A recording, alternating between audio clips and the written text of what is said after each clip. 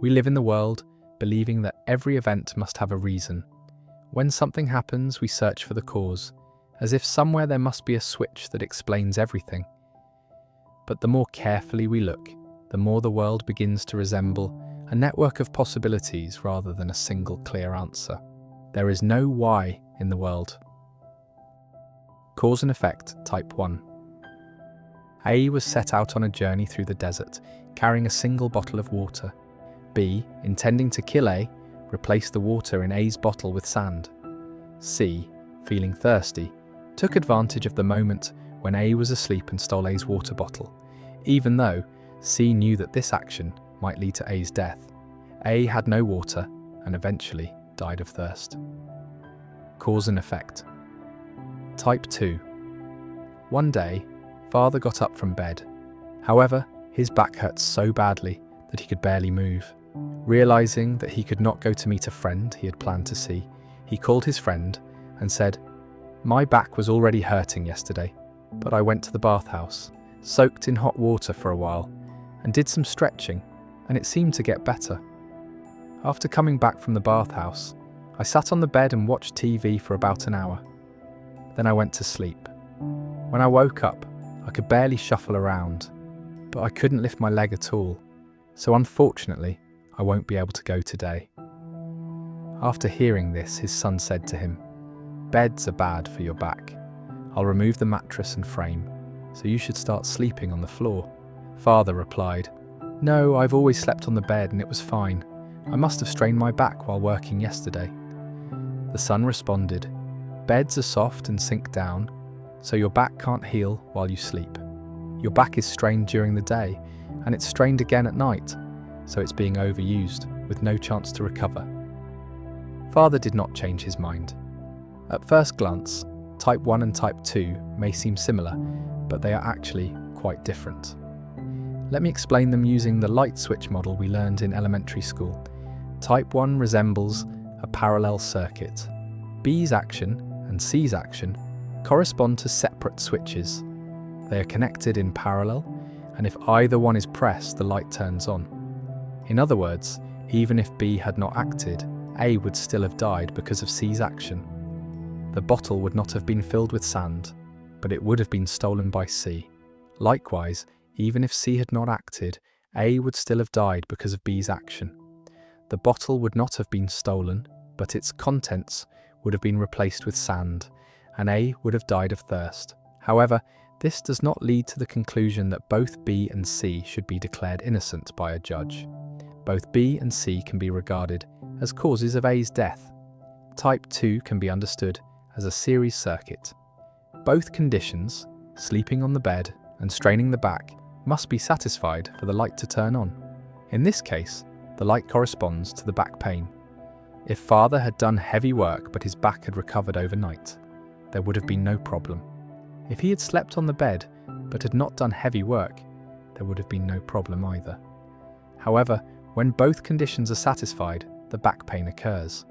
Father decided that sleeping on the bed was not the problem. In other words, inside Father's mind, sleeping on the bed becomes a hidden switch, and the event can be interpreted as a single, causal relationship. Doing hard work causes back pain.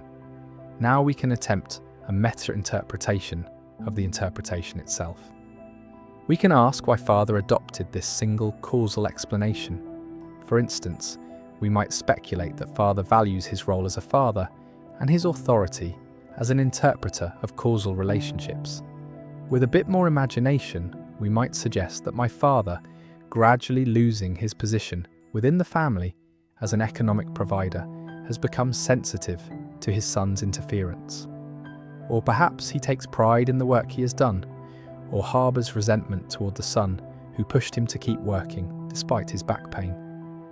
At this point, this interpretation of an interpretation is no longer a simple causal model. It becomes something evaluated by how persuasive it is. In other words, it moves into a domain closer to art. The same applies to type 1. In describing type 1, I try to narrate the event as neutrally as possible, but such neutrality will inevitably appear unsatisfactory or even cowardly to someone.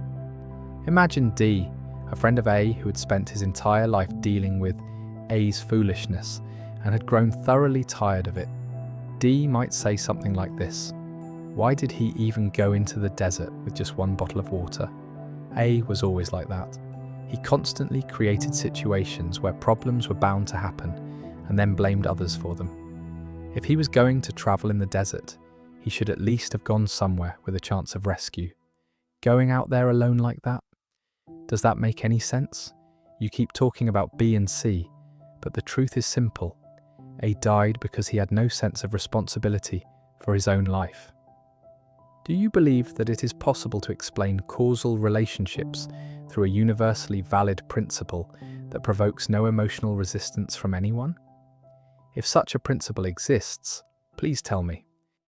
Even when we try to describe causes carefully, something always escapes us. Perhaps the world does not operate through a single chain of necessity, but through patterns that only appear meaningful after we observe them repeatedly, again and again and again. There is no why in the world. Number 2, probabilistic causation in a simulation. Let us consider a casino slot machine. The developer who designed the machine set the probability of getting 777 to 1%. One user expected that if he spun the slot machine 100 times, he would get 777 once. So he spun it 100 times. However, it did not appear even once. He went to the developer and complained. If the probability is 1%, shouldn't it appear once in 100 spins? Why didn't it appear? The developer replied. A probability of 1% does not mean it must appear once in exactly 100 spins. That is just an average. As the number of trials increases, the results get closer to the probability. With only 100 trials, the deviation can be quite large. If you spin it about 1,000 times, the result will converge to around 10 occurrences. The explanation sounded plausible to the user, so he decided to try 1,000 spins. But surprisingly, even after 1,000 spins, 777 did not appear once. I spun it 1,000 times and it still did not appear, even once. What on earth is going on? The user became curious about the principle by which 777 appeared with a probability of 1%. He decided to analyze how the code was written.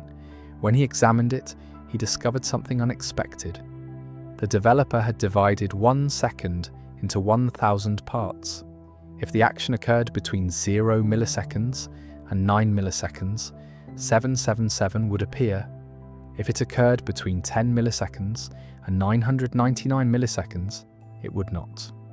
However, this slot machine had a strange structure. Each game took 10 seconds to complete. If the player repeatedly pressed the play again button, before the game ended, the input was queued. As a result, it became possible to start the next game exactly every 10 seconds. Therefore, if the user started playing continuously from 0.015 and played 1,000 games in succession, he would never hit 777 even once. Fortunately, because this was a deliberately implemented model, the flaw could be identified immediately. But how can we understand the underlying principle in a model that has not been implemented? Usually, one would try the following. Repeat the same action many times. Record what kind of pattern appears in the results. Construct a hypothesis that explains that pattern. This is a very crude and fragile method. Each of these steps has serious vulnerabilities. Repeat the same action many times. Was it really the same action? Record what kind of pattern appears in the results. Would that recorded pattern look the same to everyone else? Construct a hypothesis that explains the pattern. Did that explanation truly describe the underlying principle? And even if it did, was the explanation transmitted accurately? In the end, in a world where the code is invisible to us, all we can do is observe repeated events and infer some principle behind them. But what is it that we are actually seeing? we seeing merely the repetition of events, or the necessity that makes those events occur?